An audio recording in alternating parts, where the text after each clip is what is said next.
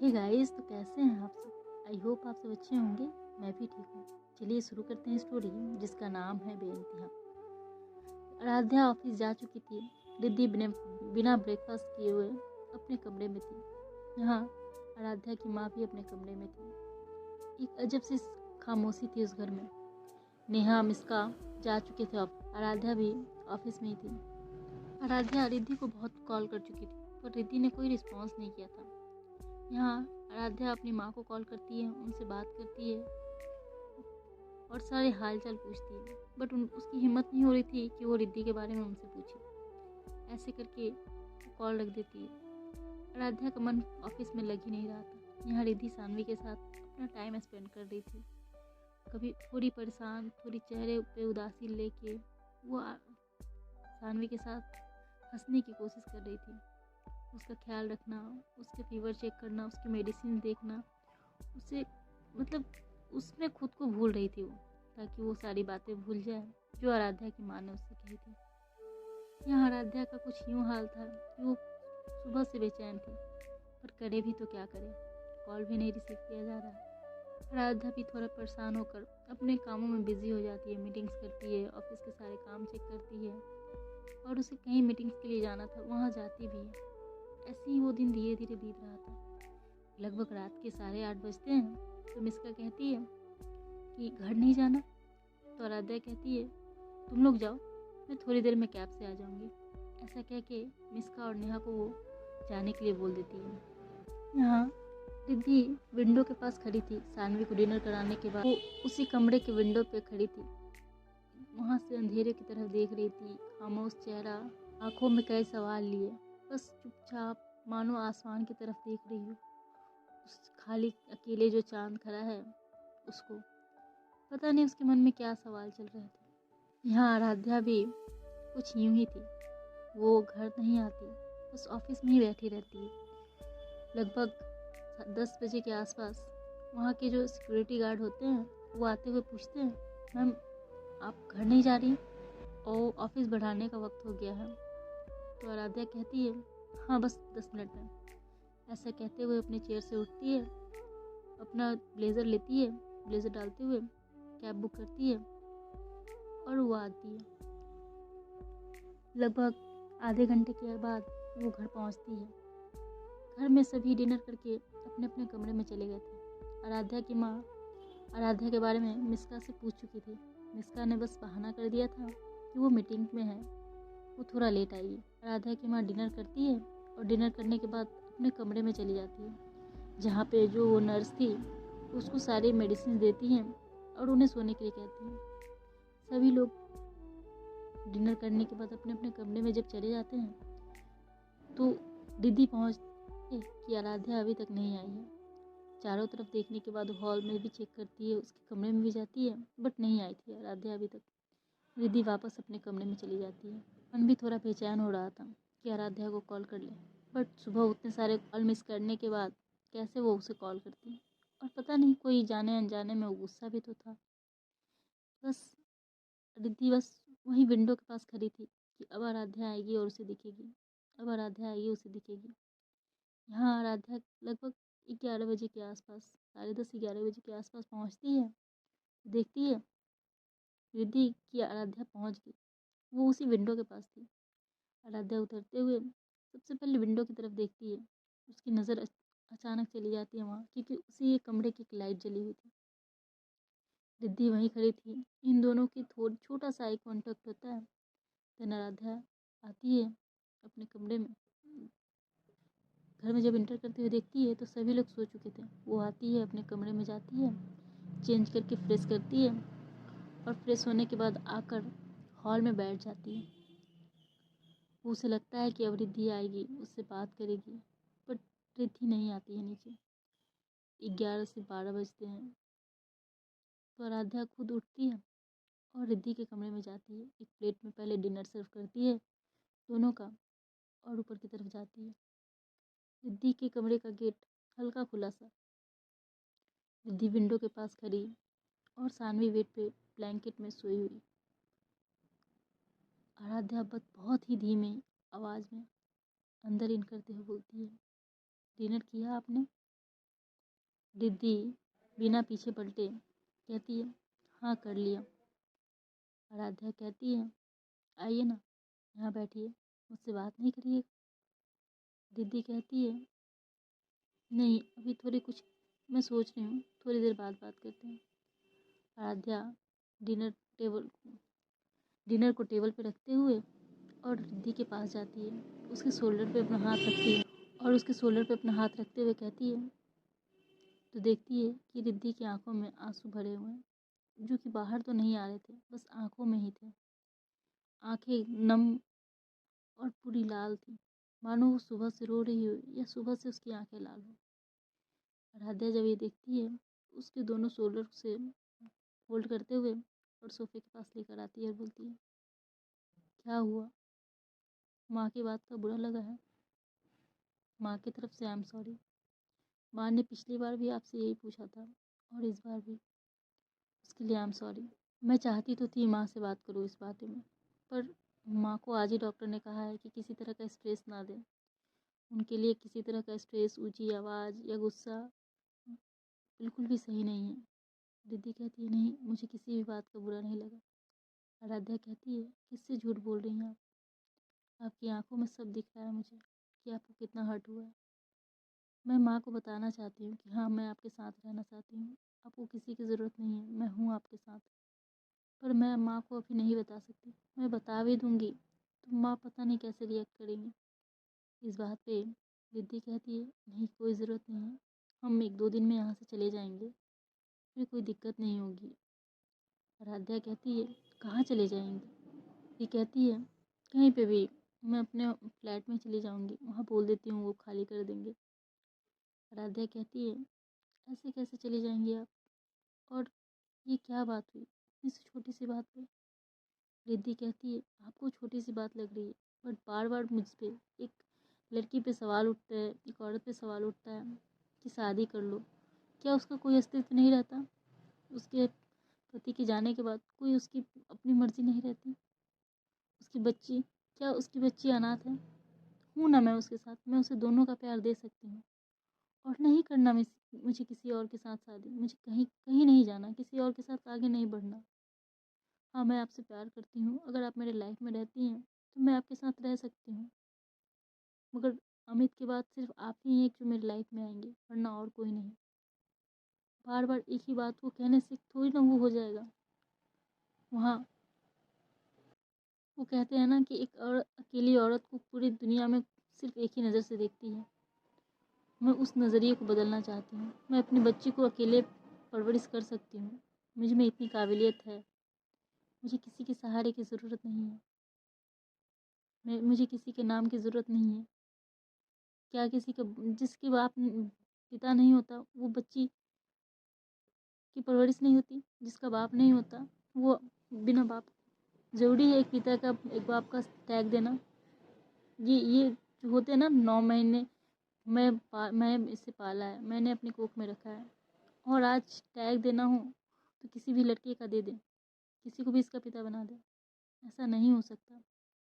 अमित के बाद कोई मेरे लाइफ में नहीं आएगा।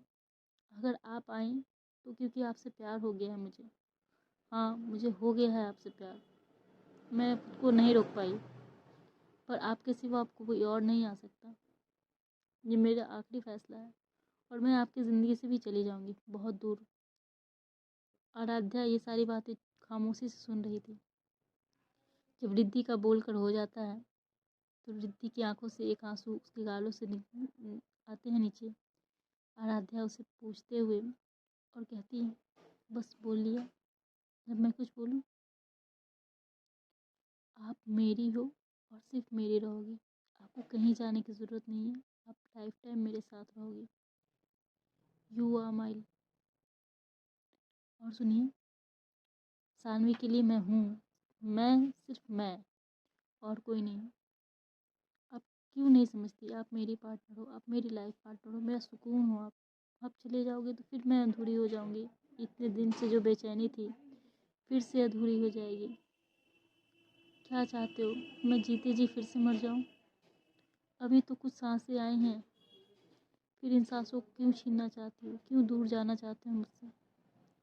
मैंने बहुत मुश्किल से बहुत ही इंतज़ार किया है और मैंने आपसे बेइंतहा प्यार किया है। आराध्या आगे बढ़ती है, उसे होल्ड करती है और गले से लगाती है, बहुत टाइटली हग करती है। रिद्धि थोड़े खुद को उससे दूर जाने की कोशिश करती है, बट आराध्या उसे बहुत टाइटली हग करते हुए कहती है, I am sorry, I am really sorry, please माँ की बातों का बुरा मत मानिए, मैं माँ से जल्द ही बात कर लूँगी, बस कुछ दिन रुक जाइए ना, बस कुछ दिन। रिद्धि अपने आंखों से आंसुओं को पोंछते हुए थोड़ा सा दूर हटती है और फिर वो बोलती है, आप डिनर कर लीजिए, मैं यहीं हूँ। आराध्या कहती है, अकेली डिनर कैसे कर लें, आपने भी तो सुबह से कुछ नहीं खाया। रिद्धि कहती है, मैंने खा लिया है। आराध्या कहती है, क्यों झूठ बोल रही हैं और किससे बोल रही हैं? मैंने आपसे प्यार किया है, आपकी हर एक एहसास को महसूस करती हूँ मैं। आप कुछ ना भी बोले तो मुझे समझ में आता है, आपका चेहरा पढ़ सकती हूँ, आपकी होंठें बता रही हैं कि आपने सुबह से एक गिलास पानी भी नहीं पिया। और सुनिए मेरी बात, मैं हूँ आपके साथ हरदम, हर वक्त, कहीं नहीं जा रही मैं। छोटा सा काम करेंगी? हाँ करेंगी तो बोलिए। ऐसा कह के आराध्या कुछ बातें रिद्धि को कहती है। रिद्धि बोलती है, ठीक है, जैसा आप कहें। और फिर आराध्या और रिद्धि साथ में डिनर करते हैं। लगभग डिनर के बाद ये दोनों वहीं सोफे पे बैठ के बहुत सारी बातें कर रहे होते हैं। धीरे धीरे वो वक्त बीत रहा होता है। आराध्या को थोड़ा नॉटीनेस आता है, तो आराध्या कहती है कि वैसे सानवी सो गई है। तो रिद्धि उसके इशारे को समझते हुए कहती है, हाँ सो गई है, फीवर तो नहीं था, बट वही थोड़ी सी वीकनेस है उसे। तो आराध्या कहती है, ऐसे वहाँ से रिद्धि उठते हुए और वो विंडो के साइड जाके खड़ी हो जाती है और चांद को देखने लगती है। इस बार रिद्धि के चेहरे पे एक सुकून था, एक सेटिस्फैक्शन था कि हाँ, वो खुशी का सुकून था। मतलब जो सुकून होता है ना कि हाँ, किसी के खोने का एहसास, उसका किसी को ना खोना, उसका सुकून था उसके चेहरे पे कि हाँ, उसे दुनिया की सारी खुशियाँ मिल गई हैं। बोलते हैं ना कि प्यार में इंसान सब कुछ होता है, खुद पे शक भी करता है, खुद पे सवाल भी करता है और कभी कभी सामने वाले पे भी सवाल आ जाता है, पर वही मजबूती, वही रिश्ता वहीं पे टिका रहता है जहाँ पे एक दूसरे पे भरोसा हो, एक दूसरे का साथ हो, एक दूसरे के रूठने और मनाने की सिलसिला शुरू हो और चलता रहे लाइफ टाइम। आराध्या चुपके से उसके पीछे जाती है और उसके शोल्डर पे अपना चिन रखते हुए अपने हाथों को उसके हाथों के साथ लॉक करती है। दी कहती है, सानवी यहीं है। तो आराध्या कहती है, वो तो सोई है। तो रिद्धि कहती है, वो देखिए चांद कितना खूबसूरत लग रहा है। तो आराध्या अपना चिन उठाते हुए और रिद्धि के फेस की तरफ देखने लगती है। तो रिद्धि जब देखती है कि आराध्या की नज़रें रिद्धि पे टिकी हैं, तो वो कहती है, यहाँ नहीं, वो आसमान में है। तभी रिद्धि की बातों पे आराध्या कहती है, आपके लिए चांद आसमान में होगा, मेरे लिए मेरा चांद तो आप ही हो, मेरी दुनिया, आप, सानवी, माँ। रिद्धि जब ये सुनती है, उसके चेहरे पे बड़ी सी स्माइल आती है। वो उसके आंखों को बंद करते हुए कहती है, इधर नहीं उधर देखिए। और उसके चिन्ह से पकड़ते हुए उसके चिन्ह को उसको पकड़ते हुए आसमान की तरफ दिखाती है। ऐसे वो बातें कर रहे थे। आराध्या अपना चिन्ह उसके शोल्डर पे जो रखी थी, अब अपने नोज़ को रिद्धि के नेक पे रब करने लगती है। रब करते हुए वो कहती है, आपकी वैसे स्किन बहुत वाइट है, एक मैं हूँ थोड़ी सी काली। तो रिद्धि कहती है, ऐसे कुछ नहीं है, आप काले नहीं हो और आप खुद को कुछ नहीं कह सकते, ये हक मैंने आपको नहीं दिया है। तो आराध्या कहती, अच्छा, ओ ऐसे तो कोई सुबह से मुझसे बहुत गुस्सा था, पर मेरी गलती भी नहीं थी। तो रिद्धि कहती है, पता नहीं, मुझे अच्छा नहीं लग रहा था, मुझे लग रहा था कि मैं आप पे बर्डन हो रही हूँ, आप मेरी रिस्पॉन्सिबिलिटी बेमतलब के ले रहे हो, क्यों लोगे आप मेरी रिस्पॉन्सिबिलिटी? रिद्धि कह इस बात पे आराध्या कहती है, आज बोल दिया है, आज के बाद मत बोलिएगा। रिद्धि के इस बात पे ये रिएक्शन होता है ठीक है, बस इतना ही कहती है रिद्धि और कहती है चलिए सोते हैं, कल सुबह जल्दी उठना होगा। आराध्या कहती है ऐसे करके दोनों बेड के साइड आते हैं। रिद्धि एक साइड रहती है सानवी के, और बेड की दूसरे साइड आराध्या। जब रिद्धि बेड सेट कर रही होती है तभी आराध्या उसके चिक्स पे आती है और एक छोटा सा किस करके अपने साइड चली जाती है। रिद्धि ये इतनी जल्दी होता है कि कुछ रिद्धि को समझ में ही नहीं आता। रिद्धि अपने गालों पे हाथ रखती है और आराध्या की तरफ देख रही होती है। रिद्धि के चेहरा एकदम लाल हो गया था, वो ब्लश करने लगी थी। उसे लग रहा था कि अभी ये क्या हुआ, उसे कुछ समझ ही नहीं आ रहा था। आराध्या चुपचाप ब्लैंकेट में घुसते हुए और उसे गुड नाइट कहती है और कहती है सो जाइए जल्दी से। रिद्धि मुस्कुराते हुए बेड पे आती है और वो भी सो जाती है। सानवी को दोनों ने बहुत अच्छे से हग किया था और दोनों का हाथ एक दूसरे के हाथ में लॉक था। बहुत प्यारा मोमेंट था। दोनों एक दूसरे के साथ सोए हुए थे, एक परफेक्ट फैमिली की तरह। नेक्स्ट मॉर्निंग वो रात ऐसी बीतती है तो नेक्स्ट मॉर्निंग सुबह में जब आराध्या की माँ उठती है तो देखती है आराध्या अपने कमरे में नहीं है। 6 बज रहे थे। आराध्या की माँ देखती है कि रिद्धि के कमरे का डोर हल्का सा ओपन है और आराध्या के ब्लेज़र कपड़े सारे उसके रूम में हैं, बैग्स भी। उसे लगता है कि आराध्या आई है। सारे रूम में आराध्या को ढूंढते हुए और ऊपर की तरफ आती है जहाँ रिद्धि और सानवी सोते हैं। वो रिद्धि के कमरे में आते हुए हल्का सा गेट जो ओपन था उसे पूरा ओपन करते हुए और देखती है सामने रिद्धि, सानवी और आराध्या तीनों एक साथ सोए हुए हैं बहुत प्यार से। पता नहीं रिद्धि की माँ को क्या हो सॉरी आराध्या की माँ को क्या होता है। वो देखती है डोर को हल्का सा वैसे ही लॉक करती है और वहाँ से नीचे चली जाती है। अपने कमरे में जाकर फिर बेड पे लेट जाती है। लेटने के बाद लगभग 10 बजे के आसपास सब ब्रेकफास्ट के लिए आ गए थे अपने कमरे से। सब उठ गए थे बट आराध्या की माँ अपने कमरे में ही थी। वो ना उठी थी ना कुछ। आराध्या को थोड़ी फिक्र होती है तो वो अपने माँ के कमरे में जाती है और चेक करती है तो देखती है आराध्या की माँ कहती है नहीं मैं जल्दी जग गई थी ना, तुझे ढूंढा तो मिली नहीं, तो फिर आकर सो गई। दोबारा सोई तो मेडिसिन का असर ज़्यादा था तो और रात में मेडिसिन गलत दे दी थी इसने, तो मुझे बहुत नींद आ रही है। यहाँ आराध्या जो केयर टेकर थी उस पर गुस्सा होने लगती है। कहती है कि आपका ध्यान कहाँ रहता है, वैसे वैसे बहुत सारी बातें बोलने लगती है। तभी आराध्या की माँ कहती है नहीं इसमें उसकी कोई गलती नहीं है, गलती मेरी ही है। उसने वो मेडिसिन दे दी थी, मैंने ही फिर बोला कि नहीं नहीं दी है और मैंने दोबारा ले ली। तो आराध्या की माँ की बात सुनने के बाद आराध्या कहती है माँ इसमें आपकी गलती नहीं है, उसे याद होना चाहिए था ना कि आपने ली है।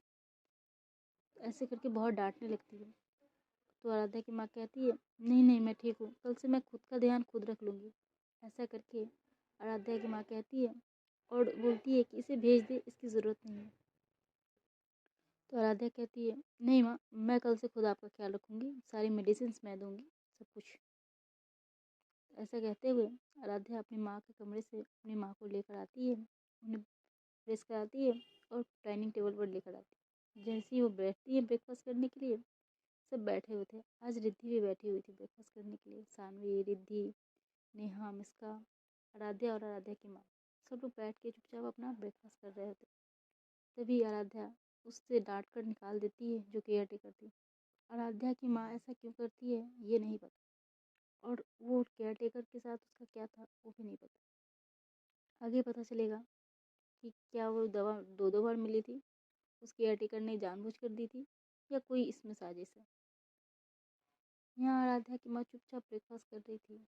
यहाँ रिद्धि पूरी कोशिश कर रही थी कि आराध्या की माँ का दिल जीते। उनके लिए वो सैंडविच बनाती है, देन जूस रेडी करती है। जितने हेल्दी खाने थे वो आराध्या की माँ के लिए रिद्धि ने बनाए थे। आज सबके चेहरे पे एक अच्छी सी स्माइल थी सिवाय आराध्या की माँ की। आराध्या की माँ पता नहीं क्या सोच रही थी। रिद्धि सबको अच्छे से सर्व करती है, ब्रेकफास्ट खुद करती है। तो आराध्या आज कुछ अलग थी। जितनी भी सानवी की रिस्पॉन्सिबिलिटी थी आराध्या ने ले ली थी। उसे खाना खिलाना, उसे शावर लेना, उसके जूते मोजे स्कूल से लेके सब चीज़ रिस्पॉन्सिबिलिटी आराध्या देख रही थी। आराध्या उसका ख्याल एक माँ की तरह रख रही थी। रिद्धि बहुत खुश थी उसे ऐसे देखकर। आराध्या सानवी के साथ इतने अच्छे से खेल रही थी कि शायद कोई कैसा होता है ना कि अपने बच्चे के साथ लोग खेलते वैसे। रिद्धि के चेहरे पे एक स्माइल थी बहुत प्यारी। और मिस्का नेहा सब। तभी मिस्का कहती है, आराध्या तुझे ऑफिस नहीं जाने? तो आराध्या कहती है, हाँ चलती हूँ, बस 10 मिनट। ऐसा कह के वो सानवी को उसके कमरे में छोड़ती है। देन उससे थोड़ी बहुत बातें करती है, उससे किसेस करती है। और फिर वो ऑफिस के लिए निकलने के लिए नीचे आती है। नीचे आने के बाद वो अपनी माँ से मिलती है, अपनी माँ को हक करती है। और उसकी माँ उसे हक करते हुए कहती है, अपना ख्याल रखना, नाश्ता तो तूने कर लिया है, और हाँ कुछ खाने के लिए भी ले ले। आराध्या कहती है, नहीं माँ, मैं ऑफिस में कुछ कर लूँगी। तभी रिद्धि बहुत प्यार से उसके लिए लंच लेकर आती है और उसे देती है। आराध्या चुपचाप लंच बॉक्स ले लेती है। आराध्या को ऐसा करते हुए जब देखती है उसकी माँ, तो आराध्या की माँ कहती है, चल किसी की तो बात मानती है, मेरी ना सही। देखते हैं आगे क्या होता है। Thank you.